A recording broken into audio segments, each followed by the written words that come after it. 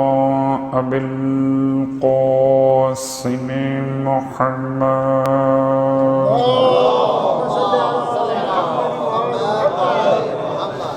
وقال أهل بيته الطيبين الطاهرين واللعنة الدائمة على أعدائهم أجمعين. أما بعد، فقد قال الله تبارك وتعالى في كلامه الحميد وفرقانه المجيد: قوله الحق وهو أصدق القائلين. بسم الله الرحمن الرحيم: وأنزلنا إليك الكتاب بالحق مصدقا لما بين يديه من الكتاب ومهيمنا عليه فاحكم بينهم بما أنزل الله ولا تتبع أهواءهم أما جاءك من الحق. لكل جعلنا منكم شرعة ومنهاجا ولو شاء الله لجعلكم أمة واحدة ولكن ليبلوكم فيما آتاكم فاستبقوا الخيرات إلى الله مرجعكم جميعا فينبئكم بما كنتم فيه تختلفون. وأن احكم بينهم بما أنزل الله ولا تتبع أهواءهم واحذرهم أن يفتنوك عن بعض ما أنزل الله إليك. فإن تولوا فاعلم أنما يريد الله أن يصيبهم ببعض ذنوبهم وإن كثيرا من الناس لفاسقون. أفحكم الجاهلية يبغون ومن أحسن من الله حكما لقوم يوقنون. يا أيها الذين آمنوا لا تتخذوا اليهود والنصارى أولياء بعضهم أولياء بعض ومن يتولهم منكم فإنه منهم إن الله لا يهدي القوم الظالمين. فترى الذين في قلوبهم مرض يسارعون فيهم يقولون نخشى أن تصيبنا دائرة فعسى الله أن يأتي بالفتح أو أمر من عنده فيصبحوا على ما أسروا في أنفسهم نادمين. ويقول الذين آمنوا هؤلاء الذين أقسموا بالله جهد أيمانهم إنهم لمعكم حبطت أعمالهم فأصبحوا خاسرين. يا أيها الذين آمنوا من يرتد منكم عن دينه فسوف يأتي الله بقوم يحبهم ويحبونه أذلة على المؤمنين أعزة على الكافرين يجاهدون في سبيل الله ولا يخافون لومة لائم. ذلك فضل الله يؤتيه من يشاء والله واسع عليم.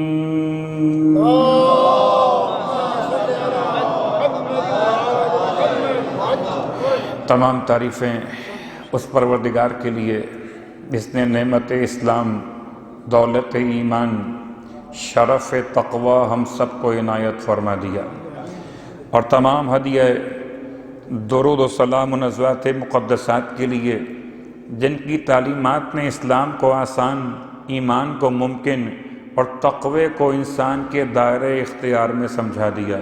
الحمدللہ الذی جعلنا من المتمسکین بالقرآن العظیم وجعلنا من المتمسکین بولایت علی بن ابی طالب علیہ السلام، وجعلنا وإياكم إن شاء الله من الطالبين بالصقر الحسين مع ولي الحسين الإمام المهدي من آل محمد عليهم السلام۔ اما بعد، خدا کے لطف و کرم کے ساتھ کہ اس نے یہ موقع اور عطا کیا کہ اہل قبور میں شامل کرنے سے پہلے قبر کی روشنی کے لیے سورہ مائدہ کی تلاوت کی توفیق عطا فرمائی۔ اس کا یہ احسان کم ہے کہ اس کا شکریہ انسان ادا نہ کر سکے کہ اس نے ماہ مبارکہ رمضان میں ایام البیس کے حوالے سے ایک اور رات دعائے مجیر کے لیے ہمیں توانائی مرحمت فرمائی ہے۔ خدا کے شکر کے ساتھ، درود آل محمد کے ساتھ مناجات امام سید سجاد علیہ السلام المطیعین پر گفتگو کل تھی، اور اسی کے ذیل میں 2-4 جملے آج آپ کی خدمت میں اپنے نفس کی ہدایت کے لیے، تمام صاحبان ایمان کے باعث برکت و ثواب ہو جانے کے لیے۔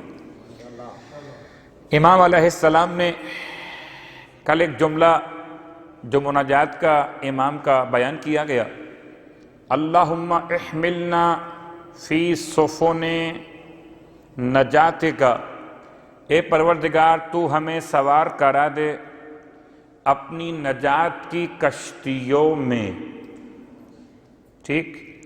وَمَتِّعْنَا بِلَذِيذِ مُنَاجَاتِكَ، متعنا کا ترجمہ اردو کے لحاظ سے استعمال ہوتا ہے۔ یہ لفظ اردو میں مال اور متاع، میم تے الف اور عین، تو مال اور متاع بھی مال کو ہی کہتے ہیں۔ ذرا سا وضاحت اگر ہو گئی تو بات مکمل ہے کہ مال اور متاع دونوں ایک معنی میں ہے۔ متعنا، پروردگار ہمیں مالدار کر دے، باللذیذ مناجات کا، اپنی مناجات کی لذت کا سرمایہ عطا کر کے۔ یعنی یہ ایسی کیفیت اور ایسی دعا ہے کہ اگر کوئی شخص مومن گناہ کرتا ہے تو خدا سب سے پہلے اس سے اپنی مناجات کی لذت کو واپس لیتا ہے۔ اب وہ مناجات کرتا رہے، دعائیں پڑھتا رہے، لذت ختم ہو جاتی ہے۔ تو امام علیہ السلام نے مطیعین کی مناجات میں صاحبان ایمان کو خدا سے سرگوشی کرنے کا طریقہ سکھایا۔ تو الفاظ کیا ہیں؟ متعنا، ہمارا سرمایہ قرار دے، ہمارا سرمایہ قرار دے، باللذیذ مناجات کا، اپنی مناجات کی لذتوں کو۔ اس کو مناجات خدا کی لذت حاصل ہو گئی، پھر اس کو دنیا کی کوئی تکلیف، کوئی پریشانی، کوئی مشکل اب سمجھ میں آتا ہے کہ مناجات کی وہ کیفیت ہے کہ پائے مبارک سے تیر نکال لیا جائے اور خود صاحب کو خبر نہ ہو، نکالنے والے کے ہاتھ کانپتے ہوں، نکالنے والا گھبراتا ہو کہ خون بہے گا، مولا کو اذیت ہوگی، سلام ہو، میں مولا کی بات کروں یا مولائی کی بات کروں۔ اس کے ہاتھ کٹ رہے تھے، پاؤں کٹ رہے تھے، اور فضائل علی ابن ابی طالب میں کیا کمال بیان کر رہا تھا۔ کوئی تکلیف نہ تھی۔ اگر مناجات خدا سمجھ میں آ جائے تو مولا کے فضائل بھی تو مناجات خدا ہیں۔ متعنا، مجھے سرمایہ دے، کس کا؟ باللذیذ مناجاتہم، مناجاتی کا، اپنی مناجات کی لذت کا سرمایہ عطا کر دے، مناجاتی کا۔ اس کے بعد امام فرماتے ہیں اگلا جملہ، وَأَوْرِدْنَا حَيَازَ حُبِّكَ، اور پروردگار ہمیں وارد کر دے۔ وارد کسے کہتے ہیں؟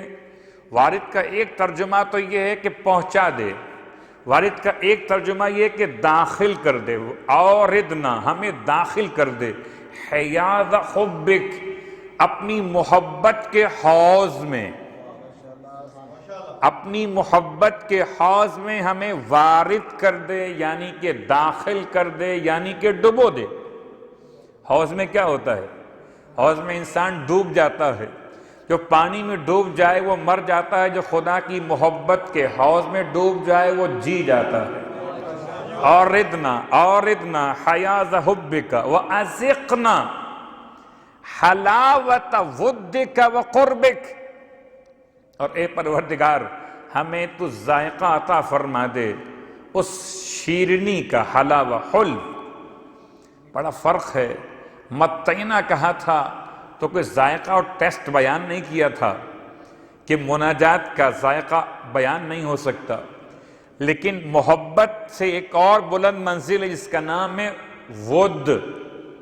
کبھی اگر محبتیں بڑھانے کی بات ہو تو کہتے ہیں خدا کا اسم گرامی ہے الودود، الودود پڑھو 1000 مرتبہ، اور مٹھاس پر پڑھ کر دم کرو، جائز محبت کے لیے دو افراد کے درمیان یہ کھلا دو تو خدا محبتوں میں اضافہ کر دیتا ہے۔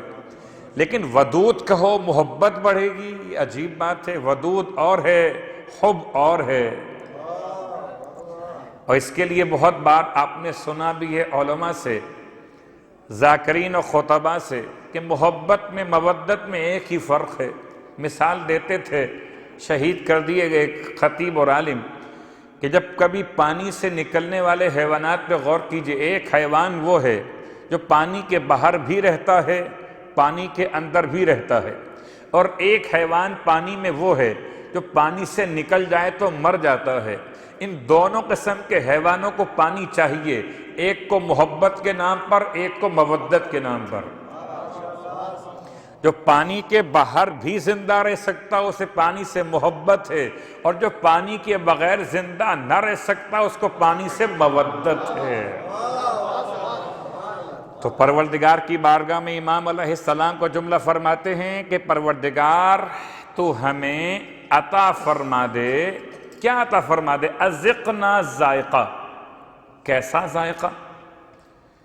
ایسا ذائقہ جو بہت میٹھا، حلاوت حبک، حلاوت ودک وقربک، اپنے ود کا اور اپنے قرب کا، خدا کے مودت کا کیا ذائقہ ہے۔ خیر یہاں تو مسائل یہ ہیں کہ میں میٹھے کا نام لے رہا ہوں، حلاوہ حلاوہ حلاوہ، کتنے سکری ایسے ہوں گے جو پریشان بیٹھے ہیں کہ ہم تو شوگر کے مریض ہیں، یہ شکر کی مثال کہاں سے آ گئی؟ تو بات ہے حلو، حلو ہے، چاہے انسان پر شکر کا مسئلہ ہی کیوں نہ ہو۔ البتہ جب بھی میں نے دیکھا، غور کیا کہ ویسے شکر استعمال نہیں کر رہے، احتیاط کریں، مگر جب سامنے میٹھا آ جائے تو میٹھا تو کھا لیتے ہیں۔ وہ شکر استعمال کریں نہ کریں مشروبات میں، مگر میٹھا اگر سامنے آ جائے تو کھا لیتے ہیں۔ خیر میٹھے کی بات تو اپنے مقام پر، یہ میٹھا وہ جو انسان کو نقصان بھی دے سکتا ہے، اور خدا کی مودت کا میٹھا وہ ہے جو نقصان نہیں دیتا بلکہ انسان کو اتنا میٹھا بنا دیتا ہے کہ معاشرے کی تلخیاں وہ اکیلا ختم کر دیتا ہے۔ اس کے بعد امام علیہ السلام کی مناجات کے آخری، اس مناجات کے 2 جملے اور سن لیجئے، الہی اجعلنی، اے پروردگار تو مجھے۔ اس پوری مناجات میں 3 مقامات پہ خدا نے استعمال کیا، ایک لفظ اللہم اور 2 مرتبہ لفظ الہی۔ الہی اجعلنی، اے پروردگار تو مجھے بنا دے، من المصطفین الاخیار، ان چنے ہوئوں میں سے جن کو تو نے مصطفیٰ کر لیا ہے۔ کتنا بڑا، اب یہ کبھی کبھار گھبراہٹ سی ہوتی ہے، اس کا ترجمہ کروں تو کیا کہوں گا؟ خدا نے یہ دعا قبول کر لی تو میں مصطفیٰ ہو گیا نا۔ الہی اجعلنی من المصطفین الاخیار، مصطفین الاخیار، اب اگر دعا قبول ہو گئی تو کیا کہلائیں گے؟ مصطفیٰ۔ تو گھبراہٹ سی ہوتی ہے، ہم تو سمجھتے تھے کہ مصطفیٰ ختم یہ مرتبہ صلی اللہ علیہ وآلہ وسلم کے لیے محدود ہے۔ اگر ان کے لیے محدود ہے تو امام نے دعا میں مانگا کیوں ہے پھر؟ الہی اجعلنی، کہو خدا سے مجھے قرار دے، مجھے بنا دے، تو بنا دے مجھے کس میں سے؟ من المصطفین الاخیار، تیرے ان مصطفیٰ بندوں میں سے جن کو تو نے چنا ہے۔ اس کے بعد وَأَلْحِقْنِي بِالصَّالِحِينَ الْأَبْرَارِ، اور مجھے ملحق کر دے ان صالحین سے جو ابرار ہیں۔ فرق واضح ہوا؟ فرق کیا واضح ہوا؟ ایک ہے المصطفین الاخیار، ایک ہے الصالحین الابرار۔ دونوں میں فرق یہ ہے کہ ایک میں امام کہتے ہیں مجھے ان میں سے بنا دے، اور ایک میں امام یہ نہیں کہتے کہ مجھے ان میں سے بنا دے، بلکہ فرماتے ہیں مجھے ان کے ساتھ ملحق کر دے۔ اس کا مطلب ایک کیٹیگری وہ ہے کہ جو ہم نہیں بن سکتے، اور ایک کیٹیگری وہ ہے جو ہم بن سکتے ہیں۔ یعنی ہم بن سکتے ہیں کا مطلب خدا ہمیں بنا سکتا ہے۔ کیا بنا سکتا ہے؟ المصطفین الاخیار۔ اور کیا نہیں بن سکتے؟ کیا نہیں بن سکتے؟ وہ اگلا جملہ الصالحین الابرار، بن نہیں سکتے، البتہ جن کو خدا نے بنایا ہے ان کے ساتھ ملحق ہو سکتے ہیں۔ اس بات کو آسان کرنے چلیں، یا ایھا الذین آمنوا اتقوا اللہ وکونوا مع الصادقین، اے صاحبان ایمان تقوی اختیار کرو، تو متقی ہو سکتے ہیں مگر صادقین نہیں ہو سکتے۔ متقین ہو سکتے ہیں، صادقین نہیں ہو سکتے۔ صادقین خدا نے جو بنا دیے سو بنا دیے، ہم صادقین کے ساتھ تو ہو سکتے ہیں، صادقین نہیں ہو سکتے۔ امام نے یہاں بھی سمجھایا کہ تم مصطفین الاخیار ہو سکتے ہو، الصالحین الابرار نہیں ہو سکتے، تو یہاں کہو کہ مجھے بنا دے مصطفین الاخیار میں سے، اور وہاں کہو مجھے ملا دے صالحین الابرار سے۔ صلوات پڑھے محمد و آل محمد۔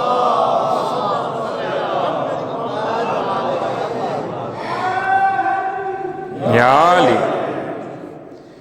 اور اب سلسلہ کلام سورہ مائدہ کی تفسیر میں ہماری گفتگو کل کچھ بیان توریت کے حوالے سے، کچھ بیان انجیل کے حوالے سے، اور ایک جملہ صرف آپ کی خدمت میں پہنچا دوں اور پھر سلسلہ آگے بڑھائیں۔ اب مسئلہ قرآن کا شروع ہو رہا کہ 3 کتابیں معروف ہیں۔ زبور کی بات تو اپنے مقام پر، زبور پڑھنے والے نہ رہے نہ ان کا ذکر زیادہ آپ کو ملے گا، البتہ توریت پڑھنے والے ابھی بھی ہیں، انجیل پڑھنے والے ابھی بھی موجود ہیں، جیسی شکل میں بھی ہیں، اور قرآن مجید کی تلاوت کرنے والے تا قیام قیامت تک رہیں گے۔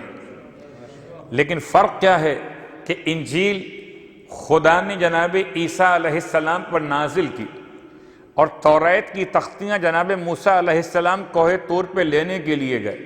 بس ایک قرآن ایسا ہے، لگتا کچھ ایسے ہے کہ انجیل ایک دفعہ میں آ گئی، توریت ایک دفعہ میں آ گئی، اور قرآن کا کمال وہ ہے کہ جبرائیل کو خدا نے حکم دیا کہ میرا پیغمبر وہ نہیں ہے جو اپنے ساتھ کتاب لے کر جائے گا، تم اس کے پیچھے پیچھے جاؤ گے، یہ جہاں جہاں جائے گا وہاں تمہیں قرآن پہنچانا ہے۔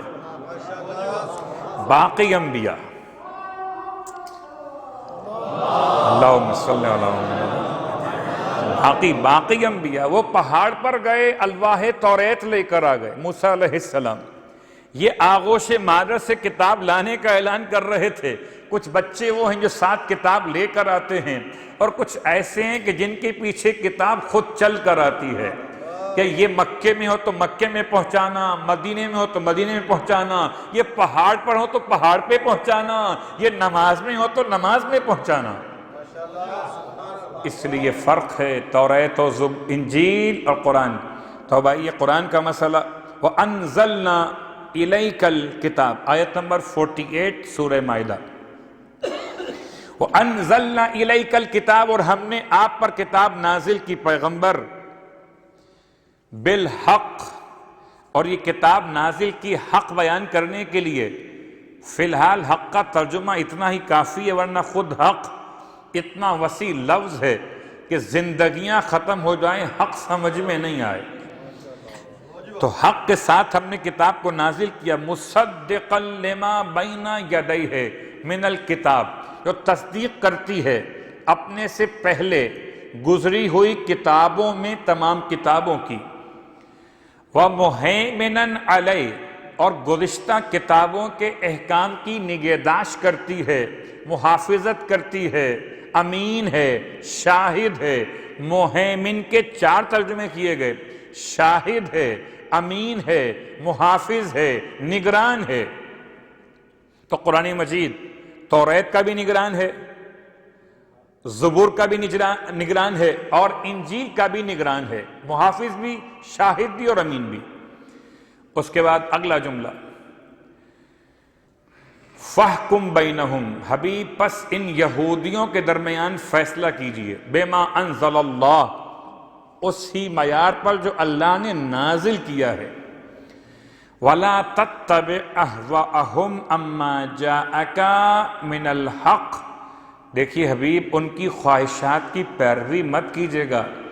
یہ ظاہراً تو خطاب حبیب سے ہے اور مراد پوری امت ہے۔ دیکھو اگر کوئی تم سے اپنی خواہشات آ کر بیان کرے یہودیوں میں سے کہ ہمارے مطلب کی آیت نکال دو، ہمارے مطلب کا پیغام سنا دو، وَلَا تَتَّبِعْ، خبردار ان کی خواہشات کی پیروی مت کیجیے گا، اَمَّا جَاءَكَ مِنَ الْحَقِّ، جو آپ کے پاس حق آ چکا اس کے مسئلے میں۔ اس کے بعد خدا نے ایک عمدہ پیغام دیا، لِكُلٍّ جَعَلْنَا مِنْكُمْ شِرْعَةً وَمِنْهَاجًا، اور تم میں سے ہر ایک کے لیے ہم نے 2 چیزیں رکھی ہیں، ایک کا نام شرعتن ہے، ایک کا نام منہاجن ہے۔ یہ شرعہ کیا ہے؟ شرعتن کہتے ہیں راستے کو، ایسا راستہ جو ندی، دریا کے کنارے یا سمندر کے کنارے پر بنایا گیا ہو اور پانی تک پہنچائے انسانوں کو، اسے شرعتن بھی کہتے ہیں، شریعت بھی کہتے ہیں۔ یعنی خدا نے ہر ایک ملت، ہر ایک قوم کے لیے شریعت کو معین فرمایا، لِكُلٍّ جَعَلْنَا، اور تم میں سے ہر ایک کے لیے ہم نے راستہ بنایا، وَمِنْهَاجًا، پھر منہاج کیا ہے؟ راستے پر چلنے کا طریقہ۔ ایک ہے راستہ، ایک ہے راستے پر چلنے کا طریقہ۔ مثال بڑی آسان سی ہے کہ اب میں کون سی مثالیں دوں؟ میٹرو بس کے جو روٹ بن رہا ہے اس کی مثالیں دوں، میٹرو ٹرین کی مثالیں دوں، لاہور کی بات کروں، کراچی کی بات کروں، یا آپ کے علاقے کی بات کروں کہ گورنمنٹ نے ایک راستہ بنایا یہاں سے لے کر مثلاً مسجد زہرا تک ایک نیا روٹ بنایا ہے، تو روٹ تو بنا دیا ہے، روٹ پر چلنے کے لیے سائنس بورڈ لگائے نہیں لگائے؟ سائن بورڈ لگا دیے کہ چلنا کیسے ہے، جانا کون سے روٹ سے ہے، آنا کون سے روٹ سے ہے، اسپیڈ لمٹ کیا ہوگی، اور رائٹ اور لیفٹ کے مسائل کیا ہوں گے، میکسیمم اسپیڈ کیا ہوگی۔ تو یہ کہلاتا ہے منہاج، راستہ بنائے، شریعت، راستے پر چلنے کا اصول وضع کیا، طریقہ کار بتایا، یہ ہے منہاج۔ اس کو آسان کر لیں، عبداللہ ابن عباس کہتے ہیں شرعتن تو قرآن ہے اور منہاج ختمی مرتبہ صلی اللہ علیہ وآلہ وسلم کی سنت ہے۔ یعنی اب قرآن کہتا ہے نماز پڑھو، پیغمبر نماز پڑھ کے دکھاتے ہیں۔ قرآن کہتا ہے عدل کرو، پیغمبر عدل کر کے دکھاتے ہیں۔ قرآن کہتا ہے حج کرو، پیغمبر حج کر کے دکھاتے ہیں۔ ایک کا نام شرعتن ہے، ایک کا نام منہاج ہے۔ آسان کر لیجئے بات کو، ایک ہے تھیوری اور ایک ہے پریکٹیکل۔ شریعت ہے تھیوری اور منہاج ہے پریکٹیکل، لیکن اس کے بعد بھی کوئی دلیل نہیں ہے اس کو الگ کرنے کی۔ کبھی کبھی دین اور شریعت ایک معنی میں بھی استعمال ہوتے ہیں اور کبھی کبھی الگ معنی میں استعمال ہوتے ہیں کہ دین الگ، سب کے لیے ایک دین رہا، حضرت آدم سے خاتم الانبیاء تک دین ایک، شریعتیں بدلی ہیں۔ تو لِكُلٍّ جَعَلْنَا مِنْكُمْ، پروردگار کا اعلان کہ ہم نے تم میں سے ہر ایک کے لیے ایک شریعت بنائی اور ایک منہاج قرار دیا۔ اب ایک سوال اٹھتا ہے، یہ امت موسیٰ، امت عیسیٰ، امت داؤد الی آخر امت نوح، حضرت آدم کی اولاد کے مسائل، تمام امتیں، پھر امت مرحومہ، امت نبی آخر الزمان، آخر اگر خدا چاہتا تو یہ سب ایک امت ہو سکتے تھے کہ نہیں؟ یہ اگر ذہن میں سوال نہیں آیا تو میں ڈال رہا ہوں۔ اگر سب کے سب ایک امت ہوتے تو کتنا اچھا لگتا۔ تھوڑی دیر کے لیے تو آپ کو لفظ اچھا لگے گا، مگر تھوڑی دیر کے بعد یہ لفظ آپ کو اچھا نہیں لگے گا کہ پروردگار عالم نے جو کیا وہ سب اچھا ہے اور جو نہیں کیا وہ بہت اچھا ہے۔ کیا مطلب آئیے قرآن سے پوچھتے ہیں، یہ تو میرے الفاظ تھے۔ اب قرآن کہتا ہے کہ وَلَوْ شَاءَ اللَّهُ، اگر اللہ چاہتا، اللہ اس بات پہ قادر ہے، اگر چاہے تو لَجَعَلَكُمْ أُمَّةً وَاحِدَةً، تم سب کو ایک امت قرار دے۔ اب آپ کا سوال بالکل بجا ہوگا کہ پھر اگر وہ چاہتا تو قرار دیتا، قادر ہے، بنا سکتا تھا، تو بنایا کیوں نہیں؟ اس نے ایسا چاہا کیوں نہیں؟ تو آئیے اللہ کا جواب سنیں گے، اور اللہ کا جواب بہت خوبصورت، جیسے کہ مالک کا ہر کلام خوبصورت ہے۔ وَلَكِنْ لِيَبْلُوَكُمْ فِي مَا آتَاكُمْ، لیکن خدا نے تمہیں جو نعمتیں دی ہیں اس کے ذریعے سے آزمانا چاہا تھا۔ تمہاری آزمائش انبیاء کی تعلیمات اور تدریجی طور پر ارتقاء مراد لیا تھا۔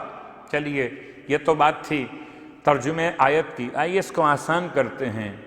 اگر مجھے بتائیے کہ جتنے بھی علاقے الگ الگ ہیں، الگ الگ زمینیں ہیں، الگ الگ زمینوں کے اثرات ہیں، تہذیب و ثقافتیں ہیں، اگر سب کے لیے ایک ہی قانون ہو، یا جو پتھر کے زمانے میں تھے اگر ان کو موبائل کے مسئلے بیان کیے جاتے سر پکڑ لیتے، یا آج موبائل کے زمانے کے افراد کے لیے پتھر کے زمانے کی باتیں بیان کی جائیں، وہ کہیں گے کہاں کی باتیں کر رہے ہیں، لگتا ہے کہ آپ کے پاس بیٹھ کر تو سو جانا چاہیے۔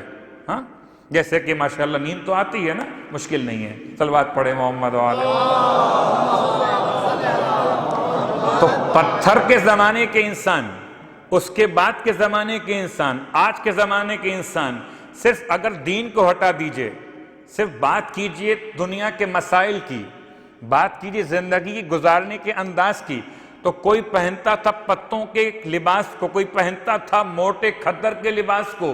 لباس مختلف، خوراک مختلف، انداز مختلف، تہذیب مختلف۔ تو اگر خدا سب کے لیے ایک شریعت بنا دے تو کام کیسے چلے گا؟ حد تو یہ ہے کہ جو مغربی ممالک میں رہنے والے ہیں، آج مراجع عظام ان کے لیے الگ سے مسئلے بیان کرتے ہیں کہ ان کے مسئلے مختلف ہیں بعض مسائل میں، اور بعض مسائل میں جس نے کبھی جہاز کی شکل نہ دیکھی اس کے لیے نماز کا مسئلہ آسان ہے۔ جو جہاز میں نماز پڑھے، اور جہاز بھی ایسا جس کی رفتار اتنی تیز ہو کہ زمین کا چکر لگائے 24 گھنٹے میں ایک مرتبہ یا اس سے تیز 2 مرتبہ، تو 2 مرتبہ ظہر ہوگی، 2 مرتبہ عصر ہوگی، 2 مرتبہ مغرب ہوگی، 2 مرتبہ عشاء ہوگی۔ اب مجھے بتائیں اگر آج کے اس مسئلے کو آج سے بہت دور نہیں 100 سال پہلے، 150 سال پہلے اگر بیان کیا جاتا تو سننے والا کیا سمجھتا؟ اس لیے خدا نے کہا کہ ہم نے جو نعمتیں سب کو دی ہیں ہم ان نعمتوں کے ذریعے سے آزمانا چاہتے تھے، پھر تدریجاً آگے بڑھتا انسان۔ ایسا نہیں ہو سکتا کہ پہلی کلاس کے بچوں کو میٹرک کے ساتھ بٹھا دیا جائے کہ سب کو تعلیم حاصل کرنا ہے، سب مل کے پڑھو، ہاں ABCD، میٹرک والا بھی پڑھے اور پہلی کلاس والا بھی پڑھے۔ تو خدا نے جواب دے دیا، اس لیے اس نے بنائی امتیں الگ الگ۔ اس کے بعد فَيُنَبِّئُكُم بِمَا كُنتُمْ فِيهِ تَخْتَلِفُونَ، پھر تمہیں خدا جب تم لوٹ کے واپس اس طرف جاؤ گے فَاسْتَبِقُوا الْخَيْرَاتِ، بس نیکیوں کی جانب سبقت کرو، إِلَى اللَّهِ مَرْجِعُكُمْ، لوٹ کر تم سب نے جانا اس کی طرف ہے۔ شریعت جناب نوح کی ہو کہ جناب ابراہیم کا زمانہ ہو کہ جناب موسیٰ اور عیسیٰ علیہ السلام کے زمانے ہو، جانا سب کو وہاں پر ہے۔ اس کے بعد وہ تمہیں بتائے گا کہ تم جس بارے میں اختلاف کرتے تھے اس کی خبر کیا تھی۔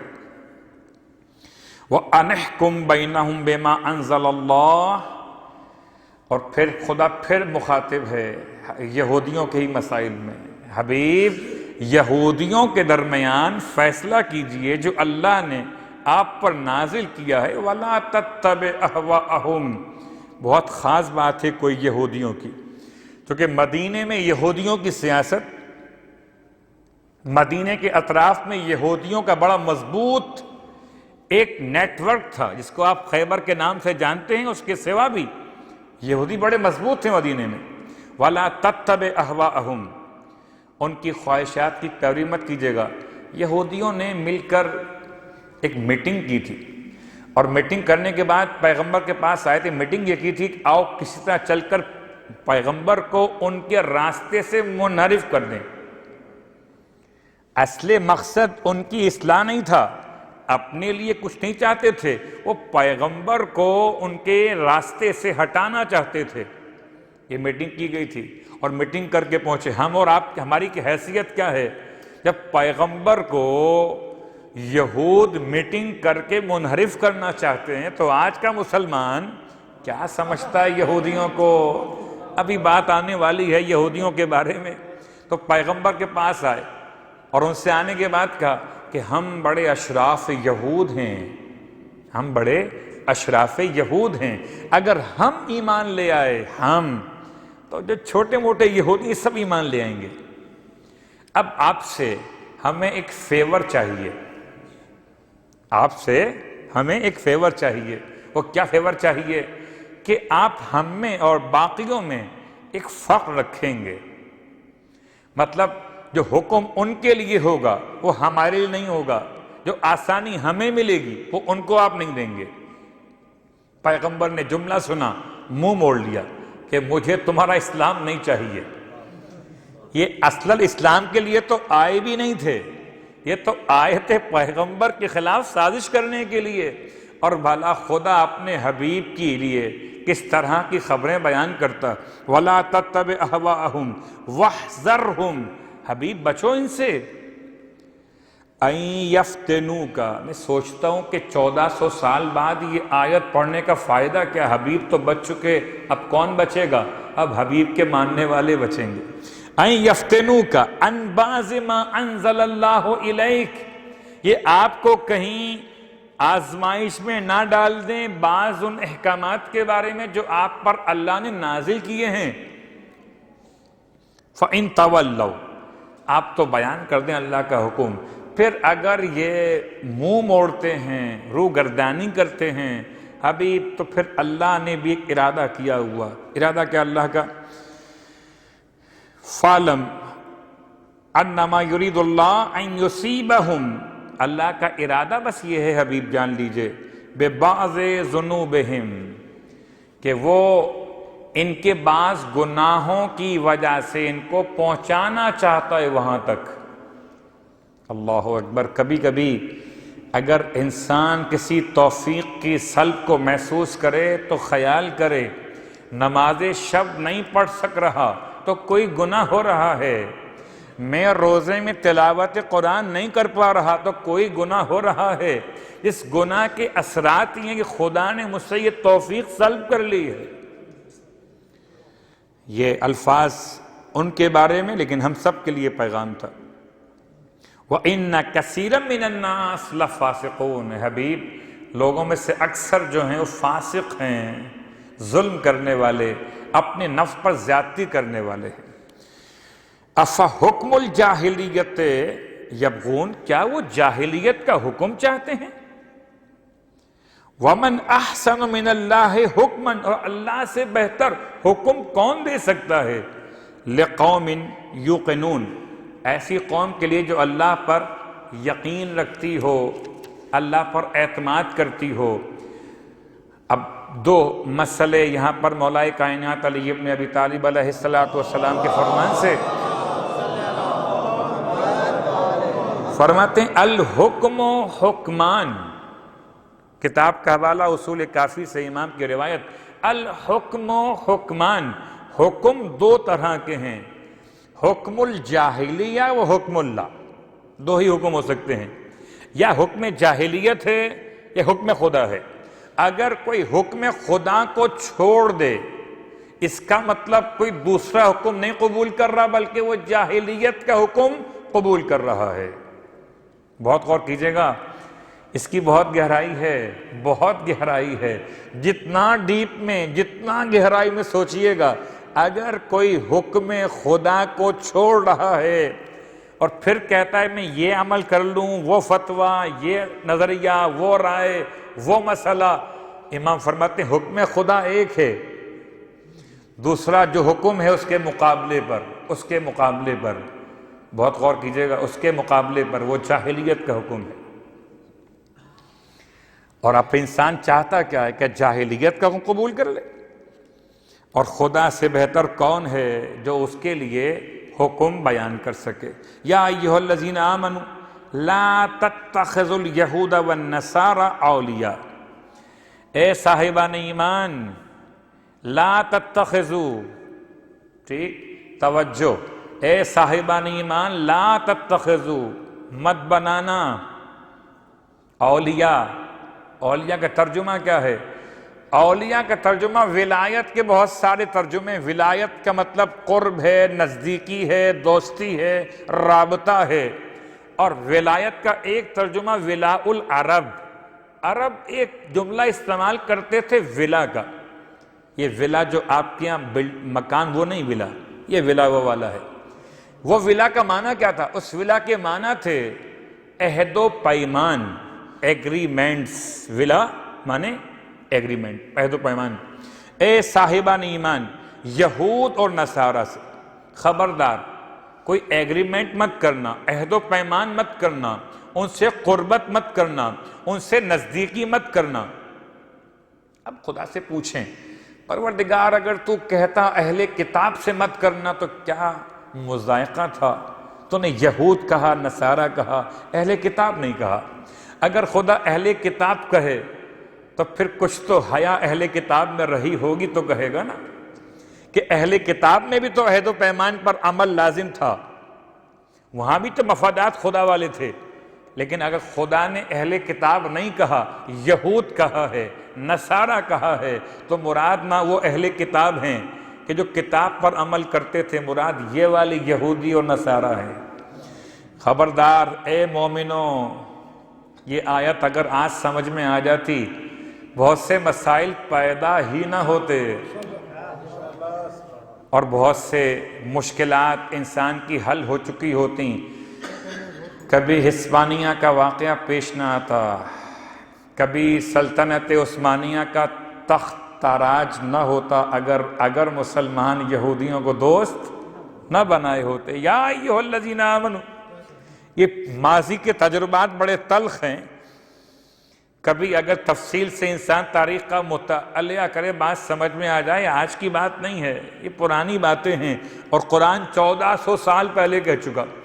پیغمبر کے پاس لوگ آئے تھے، کب آئے تھے؟ جب احد کی جنگ ہو رہی، احد کی جنگ کا وقت ہے تو پیغمبر جا رہے ہیں احد کے میدان میں تاکہ کفار کو روک سکیں، اور مدینے کے باہر یہودی آباد تھے، وہ تمام مل کر پیغمبر کے پاس آئے کہ ہم آپ کی ہیلپ کرنا چاہتے ہیں۔ ایک اچھی طاقت ہے یہودیوں کی مدینے میں، آپ جانتے اس زمانے کی بات۔ تو یہودیوں نے آ کر رسول کو آفر کی، پیشکش کی کہ ہم آپ کی ہیلپ کرنا چاہتے ہیں۔ اللہ کا رسول نے ان سے کر لی معذرت کہ مجھے آپ کی ہیلپ قبول نہیں ہے، حالانکہ اگر ساتھ لے جاتے تو احد کی جنگ میں کتنا بڑا مجمع ہوتا، نام اسلام کا ہوتا، یہود بھی ساتھ ساتھ کھڑے ہوتے۔ لیکن پیغمبر خوب جانتے ہیں کہ بچا کچا اسلام میدان جنگ میں یہودیوں کے ہاتھوں ہی ختم ہو جاتا۔ بہت غور کیجئے، صلوات پڑھے محمد علیہ محمد۔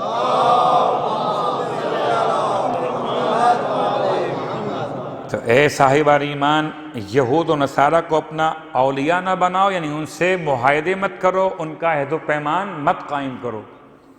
اولیاء بعضہم اولیاء و بعضن، یہودی میں بعض کے عہد و پیمان رکھنے والے ہیں آپس میں، اور آپ خوب جانتے ہیں کس کا پیمان، کس کا عہد ہے یہودیوں کے ساتھ، اور ایسا مضبوط عہد ہے کہ یہود ایک نصارہ ایک، یہود ایک نصارہ ایک، بڑی دوستی بڑی۔ وَمَن يَتَوَلَّهُم مِّنكُمْ، اور جو ان سے ایگریمنٹ رکھے، قربت رکھے، فَإِنَّهُ مِنْهُمْ، تو خدا کا فیصلہ ہے وہ ان میں سے ہے۔ پھر اس کے پس منظر میں کوئی روایت بھی ہے یا نہیں؟ روایت تو ہے۔ روایت کیا ہے؟ عبادہ بن صامت خزرجی، اور دوسرا نام ہے عبداللہ بن ابی۔ یہ دو افراد ہیں جن کے بارے میں تاریخ کہتی ہے تفسیر کے اعتبار سے کہ عبادہ نے پیغمبر کے سامنے یہ جملہ استعمال کیا تھا، یا رسول اللہ یہودیوں سے میرے بڑے ایگریمنٹس تھے، بڑے عہد و پیمان تھے، یعنی وہ دوستی عہد و پیمان والی، کہ ہمارا ہاتھ تمہارا ہاتھ ملا ہوا ہے، دشمن ہمارا تمہارا ایک ہے۔ میرے بڑے ان سے تعلقات تھے، ان سے ایگریمنٹس ہوئے ہوئے، لیکن چونکہ وہ اللہ کے دشمن ہو گئے اور اللہ ان کے خلاف ہو گیا، تو اب میں ان سے اپنے ایگریمنٹ کو کینسل کرتا ہوں۔ اب میرا تعلق اللہ سے اور اللہ کے رسول سے ہے۔ اور یہ جملہ سن کر عبداللہ ابن ابی کہتا ہے مگر میں تو اپنے ایگریمنٹ پر قائم ہوں یہودیوں کے ساتھ، پتہ نہیں ہو سکتا ہے کل اسلام رہے نہ رہے، ہو سکتا ہے مسلمانوں کو کہیں جنگ میں ہزیمت اٹھانی پڑ جائے تو کوئی راستہ تو ہو واپس جانے کا، کوئی عہد و پیمان تو ہو۔ تو میں تو بھائی احتیاط، کچھ لوگ ہوتے ہیں نا بڑی احتیاط کرتے ہیں، بڑی احتیاط کرتے ہیں، وہ کہتے ہیں خدا بھی خوش رہے، صنم بھی خوش رہے، کیا معلوم کون کل کام آ جائے۔ لا حول ولا قوت الا باللہ۔ تو یہ دو افراد کے نام لیے تاریخ نے، اور یہ دو نام تو کل کے ہیں مگر پوری امت کے لیے بات ہے یہ۔ تو اب یہ جب عبداللہ ابن ابی نے یہ بات کی تو پیغمبر نے فرمایا مجھے خطرہ تھا عبادہ کے بارے میں کہ وہ کہیں یہودیوں میں سے نہ ہو جائے، مگر اب اس کی نسبت تجھ سے زیادہ خطرہ ہے، عبداللہ ابن ابی تو اس سے زیادہ خطرہ ہے۔ تو ابن ابی کہتا اچھا اگر آپ کہتے ہیں تو دیجئے میں بھی اپنے ایگریمنٹس کو ان کے ساتھ ختم کرنے کا اعلان کرتا ہوں۔ یا ایھا الذین آمنوا آیت نازل ہوئی، اے صاحبان ایمان مت بناؤ دوست یہود کو اور نصارہ کو، ان اللہ لا یہدی القوم الظالمین، اللہ ظالم قوم کی ہدایت نہیں کرتا۔ اب وہ آیت میں جملہ پورا آ گیا جو اس کے الفاظ تھے، کس کے؟ عبداللہ ابن ابی کے۔ فَتَرَى الَّذِينَ فِي قُلُوبِهِم مَرَضٌ، پس تو دیکھتا ہے حبیب کہ جن کے دلوں میں ہے مرض، یُسَارِعُونَ فِیہم، وہ یہودیوں کی طرف معاہدہ کرنے میں سبقت کر رہے ہیں۔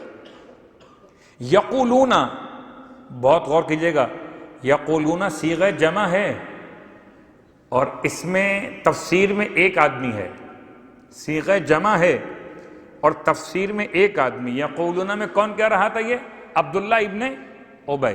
یہ بات یاد رکھیے کل کام آئے گی۔ یقولون ایک آدمی ہے صیغہ جمع کا، نخشہ پھر صیغہ جمع کا، ہم ڈرتے ہیں، وہ کہتے ہیں، حالانکہ ایک ہے، وہ کہتا ہے نخشہ ہم ڈرتے ہیں، ان تصیبنا دائرہ، کہ ہم پر کوئی ایسا مشکل وقت آ پڑے کہ اسلام کا لشکر ہار جائے اور یہودی جیت جائیں۔ خدا کہتا ہے اگر یہ احتمال ہے ان کے ذہنوں میں تو یہ احتمال کیوں نہیں کہ ہو سکتا ہے کہ مسلمان جیت جائیں؟ اگر یہ احتمال ہے کہ ہو سکتا ہے کہ یہودی جیت جائیں تو یہ احتمال کیوں نہیں ہے کہ ہو سکتا ہے کہ مسلمان جیت جائیں؟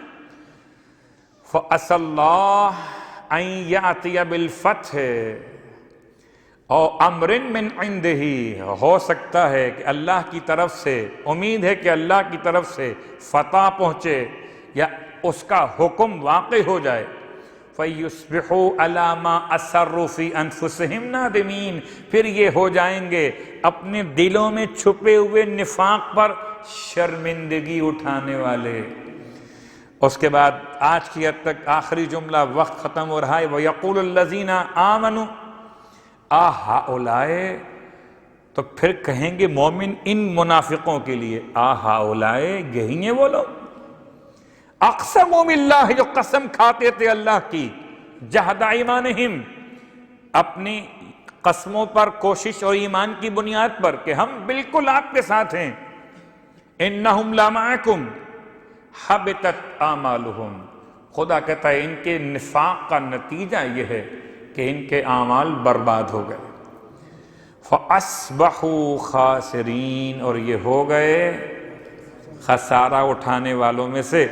سب اٹھائیں خسارہ، منافق مومن کل بھی فائدے میں تھا اور آج بھی فائدے میں ہے۔ اور مومن کیوں فائدے میں نہ ہو کہ مومن کا آقا مولا کا غلام قمبر ہے،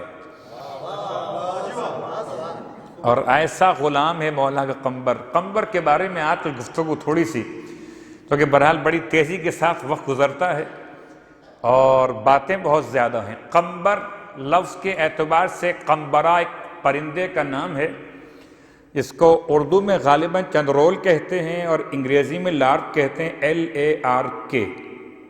یہ وہ لارک پرندہ ہے جس کو اردو میں چندرول کہتے ہیں، یہ قمبرہ عربی میں کہا جاتا ہے، اس سے نکلا وہ لفظ قمبر۔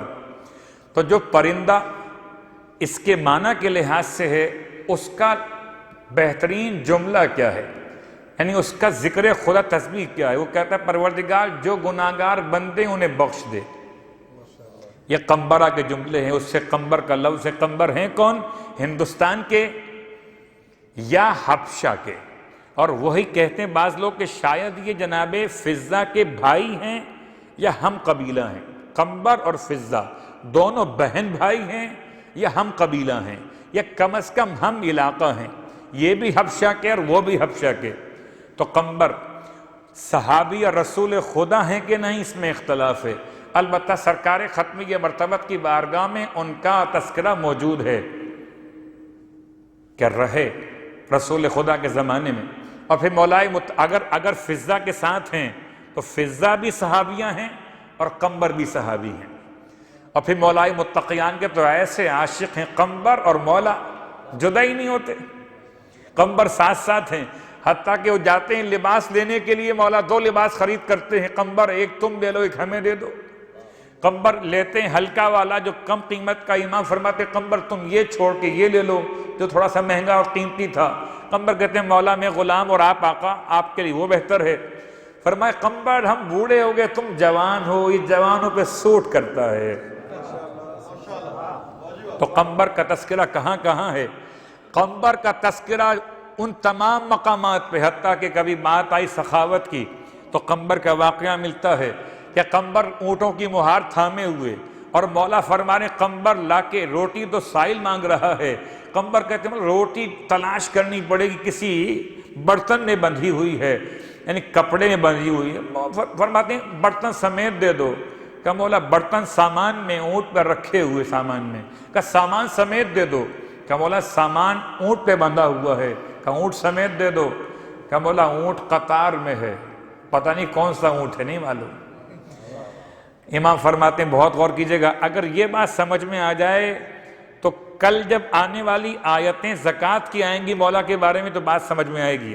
اتنا بڑا سامان مولا کے ساتھ آ رہا ہے، اتنا بڑا سامان اونٹوں کاروان مولا کے ساتھ ہے۔ امام فرماتے ہیں قمبر اونٹوں کو قطار سمیت دے دو۔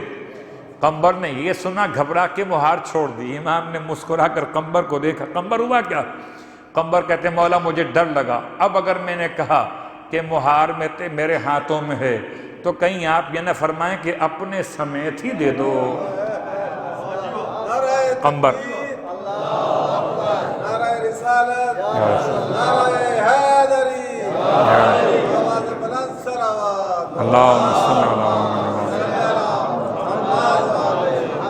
تو قمبر آپ کو دکھائی دیں گے تاریخ کے اوراق پر، ہر اس مقام پر جہاں مولا، اشارے کر رہا ہوں خالی۔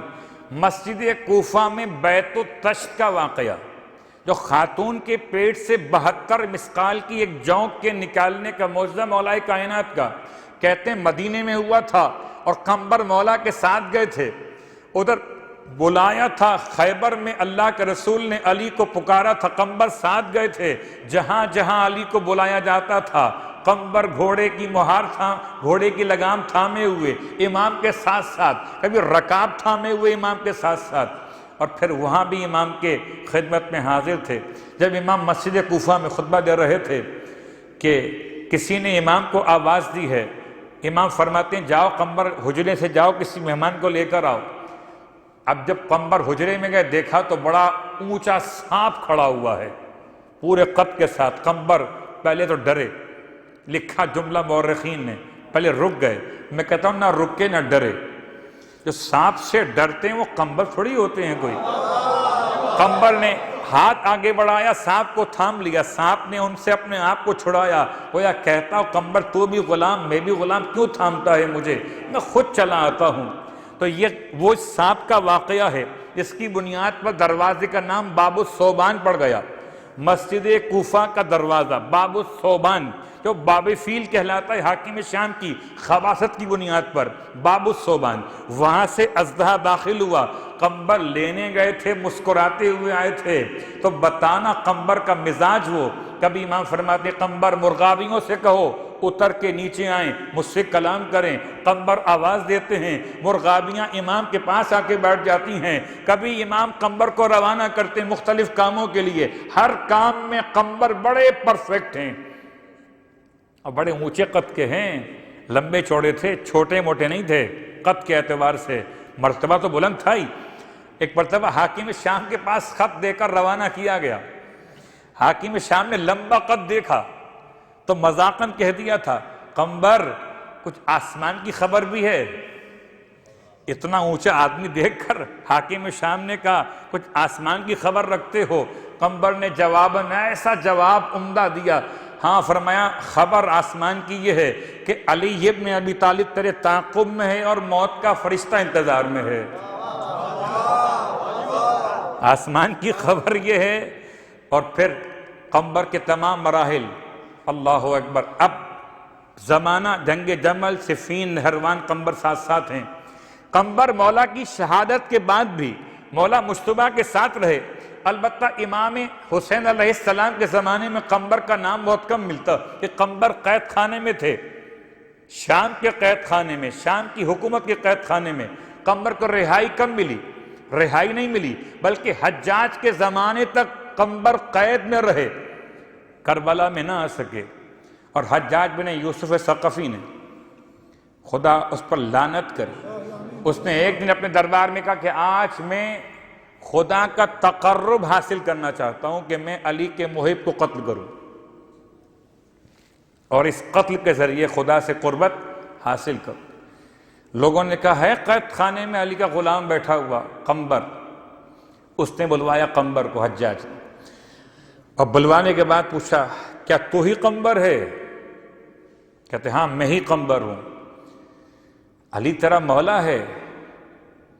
مولا کا مطلب یہاں پروردگار لیا گیا تھا، یہ طنز تھا اس کا حاکم کوفہ کا، یعنی حجاج بن یوسف ثقفی کا۔ قمبر جواب میں کہتے ہیں اللہ میرا رب ہے اور علی میرا ولی نعمت ہے۔ اللہ میرا رب ہے اور علی علیہ السلام ولی نعمت ہے۔ تو قمبر سے حجاج کہتا میں تجھے قتل کرنا چاہتا ہوں، کیسے قتل ہونا پسند کرے گا؟ قمبر کہتے ہیں جیسے تو خود فیصلہ کرے ویسے مجھے قبول ہے، ویسے مجھے میرے مولا بتلا کر گئے تھے قمبر تجھے موت نہیں آئے گی جب تک کہ تجھے ذبح نہ کر دیا جائے۔ دربار میں حجاج کے قمبر کو لٹایا گیا، پیچھے دونوں ہاتھ پاؤں باندھے گئے، اور جیسے حیوان ذبح کیے جاتے ہیں ایسے قمبر کو ذبح کیا گیا۔ کب کا زمانہ ہے؟ چوتھے امام کا زمانہ امامت ہے، اور یہ واقعہ تقریباً 90 سن ہجری کے قریب کے واقعات میں سے متصل واقعات میں سے ہے، یعنی حجاج کا زمانہ اور چوتھے امام کا زمانہ، جبکہ قمبر کو شہید کیا ہے۔ قمبر کی آج بھی قبر بغداد میں موجود ہے۔ البتہ قمبر ایسے غلام تھے مولا کے کہ کسی ممکن نہ تھا کہ حسین کربلا جائیں قمبر ساتھ نہ ہوں۔ میں کہوں گا اے قمبر تو بھی غلام تھا، حبشہ کا رہنے والا تھا، اور ایک غلام کربلا کے میدان میں تھا جون جو حبشہ کا رہنے والا تھا۔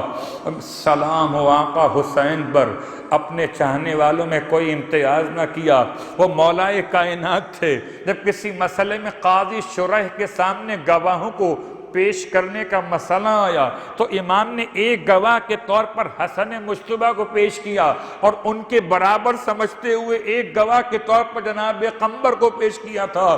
غلاموں کو کیا مقام دیا تھا، لیکن وہ غربتا، وہ کربلا کا میدان ہے جہاں جون جیسا غلام روتا ہے۔ مولا اس لیے مرنے کو نہیں بھیجتے کہ میرا رنگ سیاہ ہے، میرے پسینے سے بو آتی ہے۔ امام رونے لگے، امام نے دعائیں دے کے روانہ کیا ہے۔ ہائے جون میدان کربلا میں بڑا جہاد کیا، اور جب زمین پر زخموں سے چور ہو کر گرے، اب غلام کو کون اٹھائے گا؟ یہ تو حبشہ کا رہنے والا ہے، اس سیاہ رنگ کا انسان ہے، اسے کون لے کر جائے گا؟ کون روئے گا اس پر؟ رونے والوں، مگر جون کو خبر کیا تھی حسین کیسا کریم ہے۔ ارے اکبر کا جہاں سر تھا وہیں جون کا سر ہے، شبیر کا زانو ہے، مساوات کی دنیا۔ میرا مولا سرہانے جون کے پہنچا، سر کو اٹھا کے گود میں رکھا، پھر اپنے رخسار کو جون کے رخسار پہ ملا۔ خدایا جون کے رنگ کو نور میں تبدیل کر دے، جون کے رنگ کو نور میں تبدیل کر دے۔ رونے والوں بس آخری جملہ، حسین نے لاشے کو اٹھایا، زینب نے صف ماتم کو بچھایا، جیسے کوئی بہن بھائی پہ روئے ایسے زینب نے جون کا ماتم کیے تھے۔